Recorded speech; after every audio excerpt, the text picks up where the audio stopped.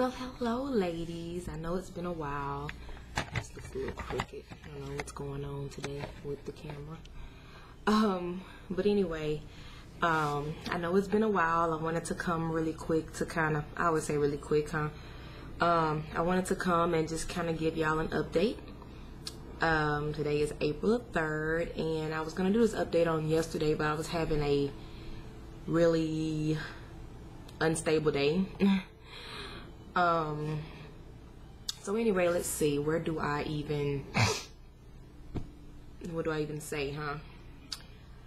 I don't know where I left off, but anyway, I basically, okay, after with my last appointment, which was my 6-week appointment that I had, my OB basically gave me some information about getting a trans-abdominal cerclage.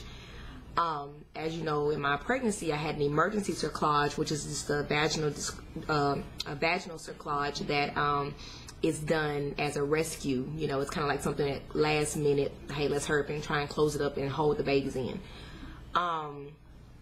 So basically, she gave me the information to reach out. I did reach out. Unfortunately, I won't be able to make the appointment that I set to meet with that doctor to see if trans-abdominal cerclage is something that I need to have for the next go round or not, because I did start a new job. I start on Monday, as a matter of fact.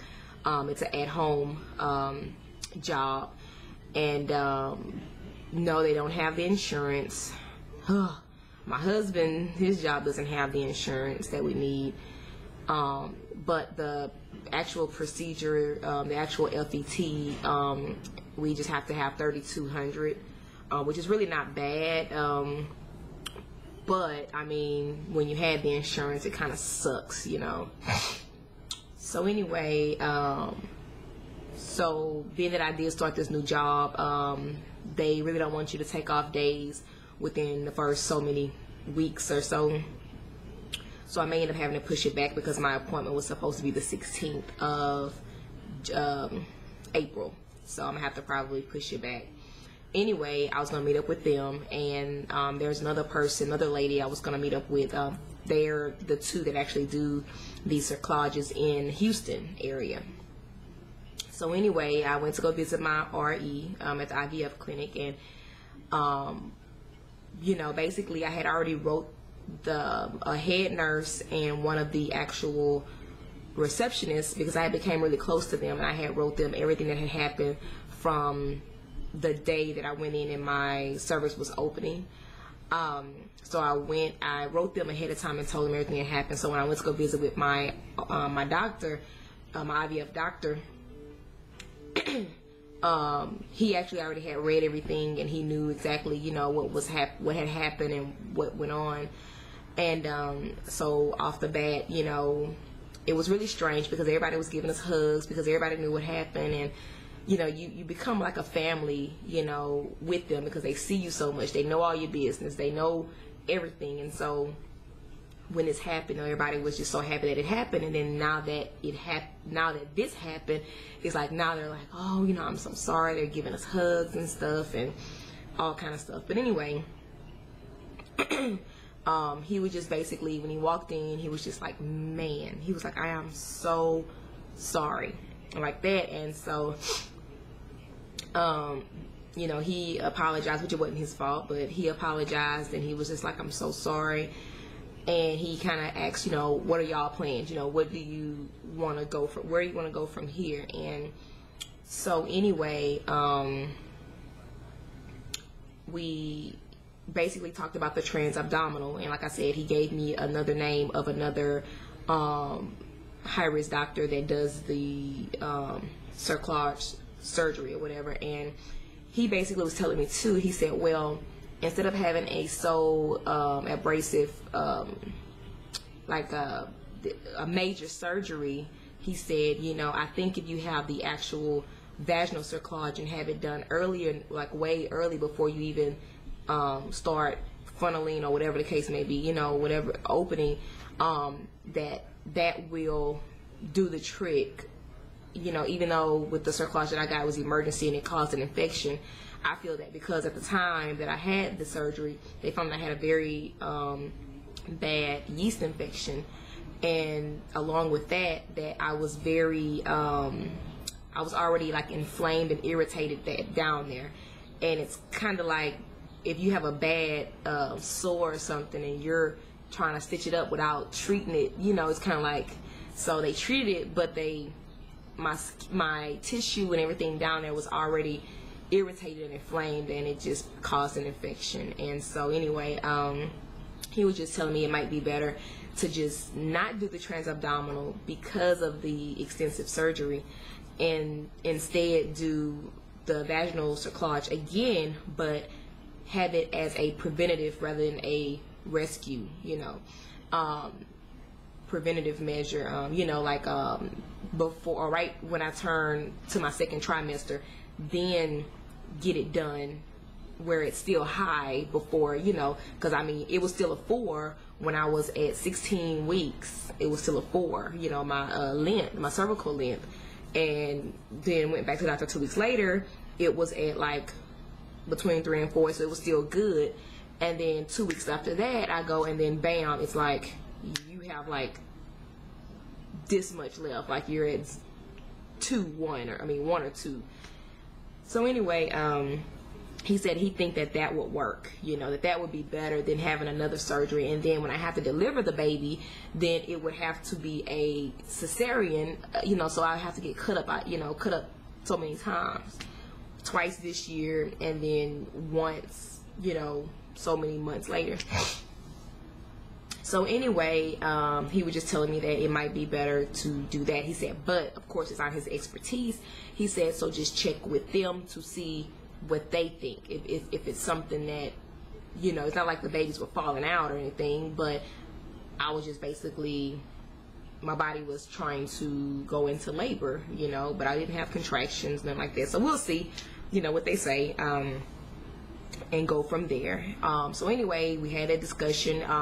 He did mention that because the way everything happened with the girls, that we're going to try and go a different route, you know, a different course of action. He is a believer as well, and he was just like, you know, why go down the same path, you know, if that's what happened. He said, why not do everything differently this time, you know, and so forth. And he was just saying, you know, he was just being really positive about everything, and he was like, you know, you'll never get over your babies, you know, it'll just be, you'll heal, but you won't completely just, you know, be healed, if that makes sense. But he, you know, he talked to us for a minute, and like I said, he said only one the next go around to make certain that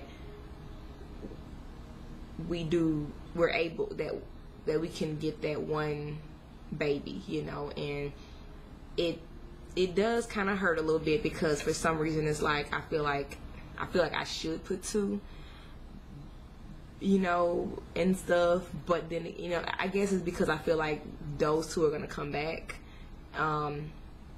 and so, you know, I thought about it, I prayed about it, I talked to my husband about it, talked to my mom about it, and before I even went to the doctor, and I was like, well, we'll see what he's saying. I said, I'll let him be the one to determine how many we put back, you know, and if we go ahead and just put 1 back this time or 2.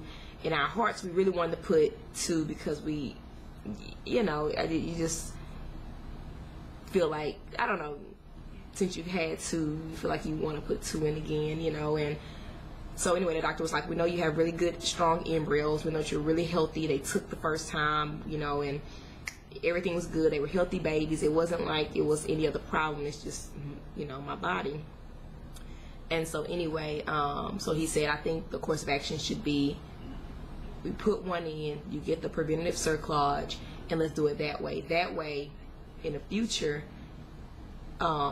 if we see that works, then we'll know that, hey, you can try again for another if you want a second, you know, 1.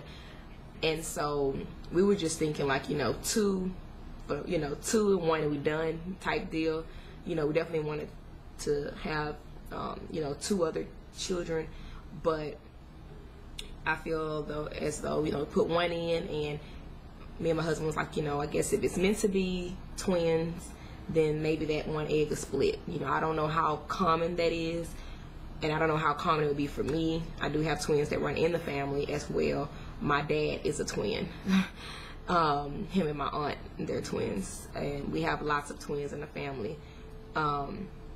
So I don't know if maybe, you know, because these two didn't split, you know, so I don't know if maybe, you know, that one egg we put in a split, you know, I don't know. But anyway, we just kind of thought of it like, okay, if it splits, then it was meant for us to have twins. You know, if it don't split and it works, then maybe it was just meant for us to have one, you know, at a time. So, anyways, that was one thing that we talked to him about. And then he asked, you know, well, whenever y'all ready, you know, just let us know.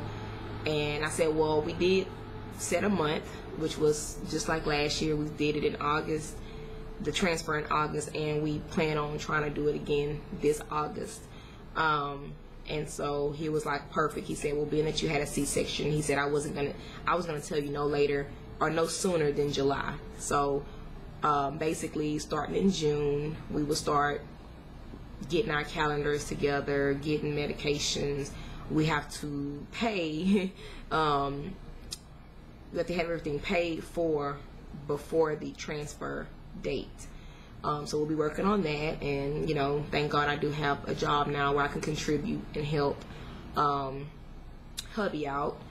And that's pretty much, I think, all that's kind of going on with me right now. I think that's pretty much it, if I remember correctly. I went to the doctor, had that appointment, talked with them, and I also asked the doctor if he can go ahead and do my prescription for the medicines that I might need, not the ones that I would need like that only last 30 days, but the ones that last at least a year, because I forgot, like, my mind, I totally do not remember what all the medications I needed for a FET. If you're in it, doing it right now, and you remember those medications, so I don't have to go dig through all my junk, list it in the comments below and let me know what medicines that you needed for the FET, so I can kind of refresh my memory. I feel like I'm brand new at this again. Like, I just feel so brand new. I feel it's awkward. It's really awkward. So anyway, yeah, so I asked her to do that because I'm on my husband's insurance, but I still have the Medicaid from when I wasn't working. I think it takes like 30 days after you report to, you know, to go away or whatever. So I don't know if they'll cover it or not, but I'm just trying to see what'll be covered, what won't, so we'll know how much else, you know, how much more we'd have to pay or save up for.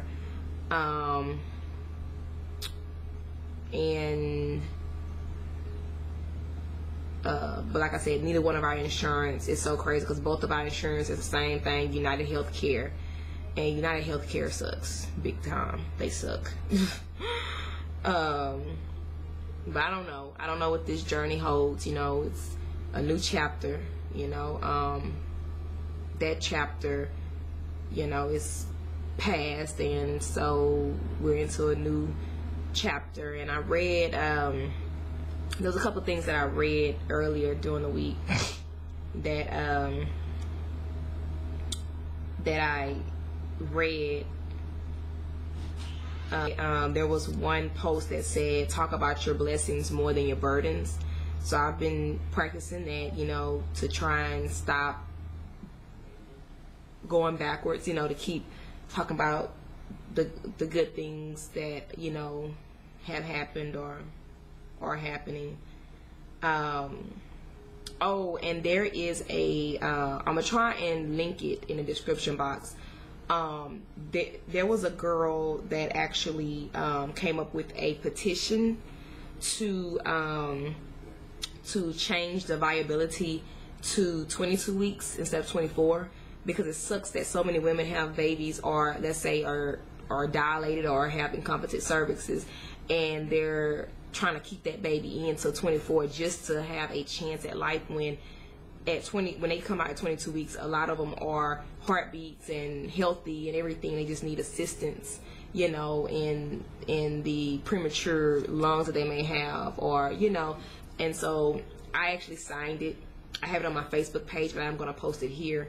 And I feel like in our community, I feel like a lot of us can relate to this. So hopefully y'all will sign and share it so we can get that change, because I've seen babies in different YouTubes that has been even 20 weeks. I've seen 20, 21 weeks. I've seen babies that survived. There's another post that I've seen. These are all by Paula White. Prepare for where you are going, not for where you have been.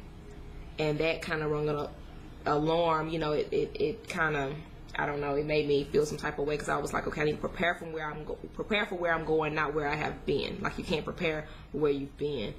And then I read this one post that said, after IVF, pregnant but still stuck in the past. And I'm trying to get that fear from me, because it's like the fear of, okay, I get pregnant again, and I'm gonna be probably okay up until 20 weeks when I went in for my appointment with the girls. So it's like, okay, 20 weeks, and then when that passed, I'll be looking past 20, you know, every mark could be some other fear, and I'm just like, I'm trying to not be scared already, you know. I'm like, what if it don't work this time around? What if I don't even get pregnant, you know? And I'm thinking all these things, and it's like, I have all these mixed emotions and fears that come along with it. And let's see, I think that was pretty much it. And also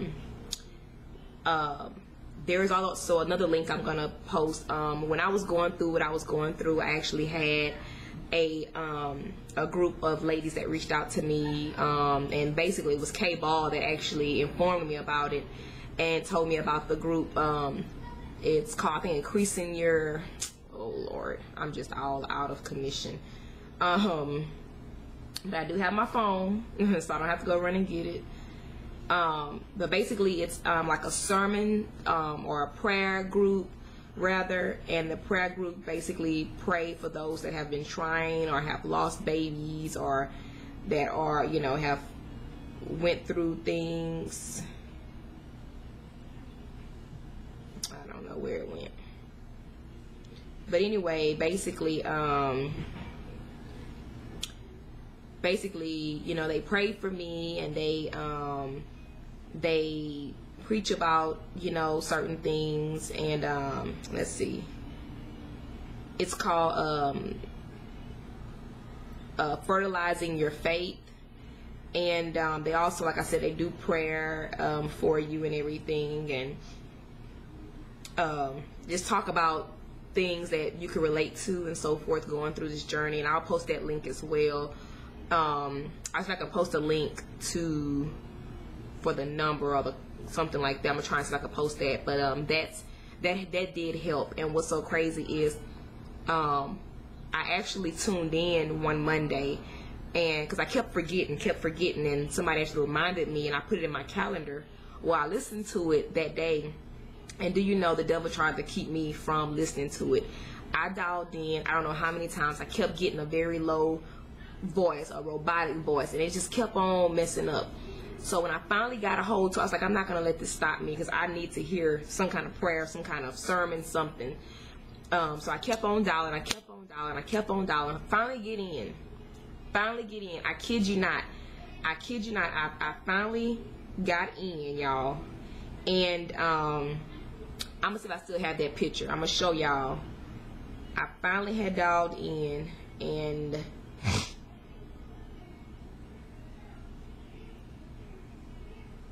let me see. I thought I still had it on here.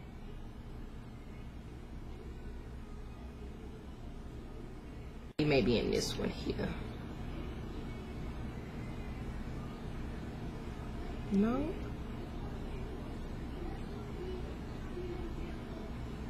Well, maybe I deleted. I think I was deleting so much. I deleted so much stuff out my phone recently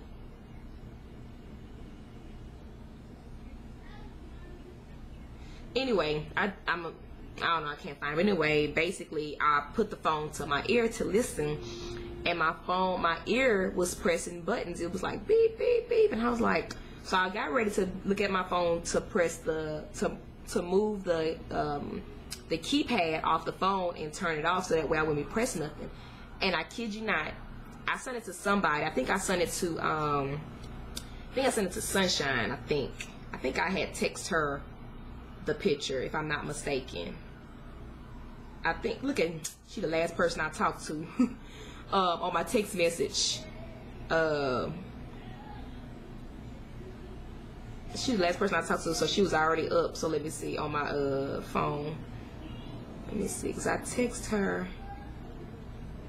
I think I had showed her the picture. I thought it was her. It's somewhere. I don't know where that picture is. But anyway, I looked at the picture. I looked at my phone, and it said 666. I kid you not. I kid you not. Of all numbers that was pressed, the same number, it was 666. And I said, okay. I said, I knew there was a devil trying to stop me. I said, but that's not going to work.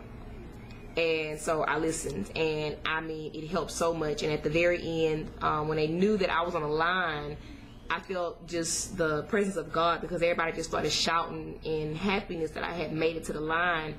And they decided to stop where they were and pray for me. And I needed that at that moment. I really did need that. Like, it was the best. I needed that, because that's what got me to where I am now. I mean, I'm still not 100%. Don't get me wrong. I'm more like maybe 80, which is still a good number. But,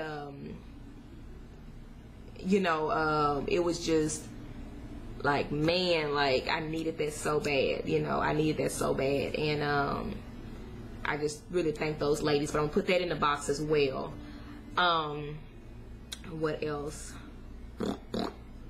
I think that's about it.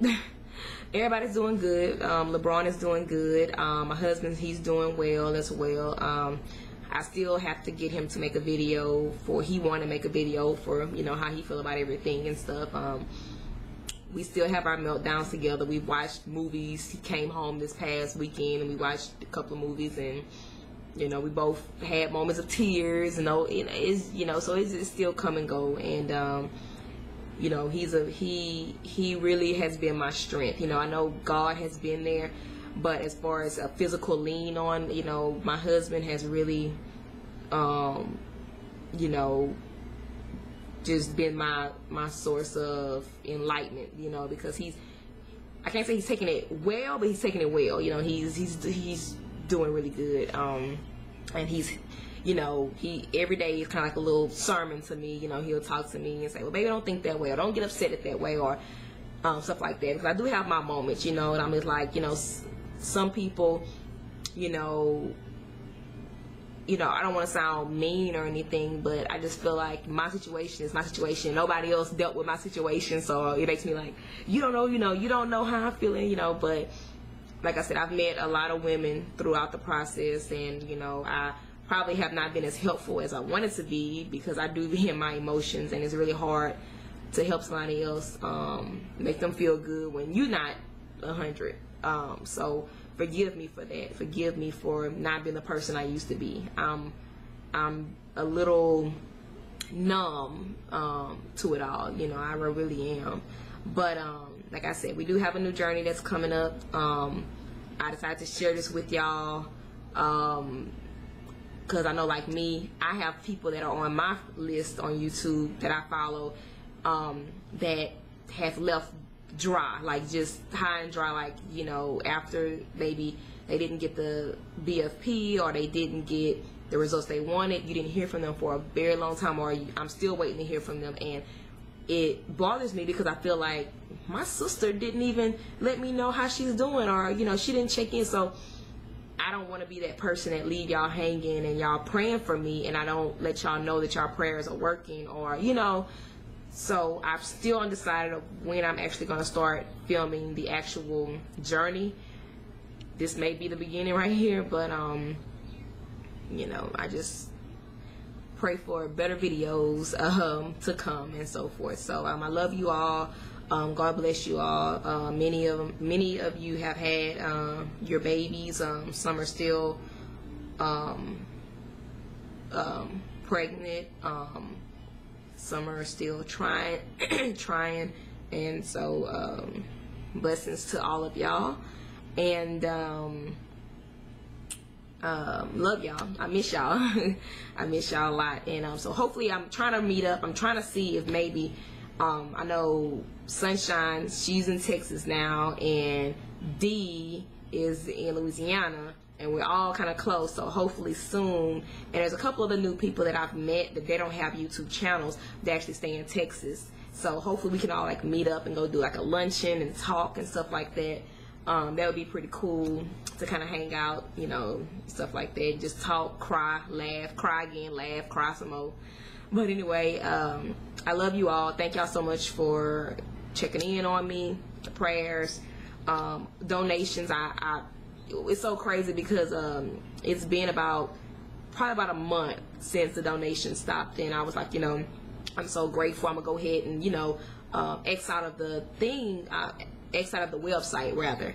And just yesterday, day before yesterday, I received somebody that gave a donation just out the blue, you know, and I was just like, wow, like, you know, I really thought that was it. You know, I was gonna go ahead and delete. I didn't know if you're supposed to delete the page, or does it delete once you get to a certain amount? I don't know how it works, but anyway, I just still want to say thank y'all so much because it did help tremendously. I just don't know how much it helped. I can never say thank you enough. So thank y'all so much for that, and love y'all, you know. So I don't want to extend the video because I know I can make some long videos and so forth, but hopefully I have some new cycle buddies. So if you're planning on trying to transfer near July, August, September, then put me in your bubble, because hopefully we'll all be, you know, pregnant ones that are having to try again or trying for the first time. Hopefully, you know, I have not caught up on videos. They are a little they do make me a little emotional, so I pick and choose which ones I want to watch. Robin, I did not know your husband was in the hospital. You know, I pray that everything is okay. I seen a picture on Facebook and I was like, what do you mean in the hospital? You know, there wasn't much detail at first, and then I watched the video. So I'm, you know, praying that he's all well and everything. So just thank y'all so much. I'm not going to ramble anymore. If I forget anything, I'll put it in the description box. I'll put that there. And also I'm thinking about doing a separate Instagram if I do decide to do updates, like daily updates instead of doing just videos. I may do a separate Instagram, and so if I do a separate Instagram, I will let y'all know. That way y'all can follow me on there, where to be private, kind of what I think Sunshine, I think she's doing. So anyway, love all of y'all. I miss y'all so much. I just feel so foreign. I feel like a foreigner. I really do, like an outsider or whatever, you know, like just so foreign from the group, you know, because I don't have much excitement, you know, like I don't have the excitement that I had. So I just want to say thank y'all, and love y'all, and I will, I guess, holler at y'all later. And if y'all know anything about insurance, let me know, because I know Texas is a mandated state for the IVF insurance, and certain jobs do have it, but they're not calling me to hire me.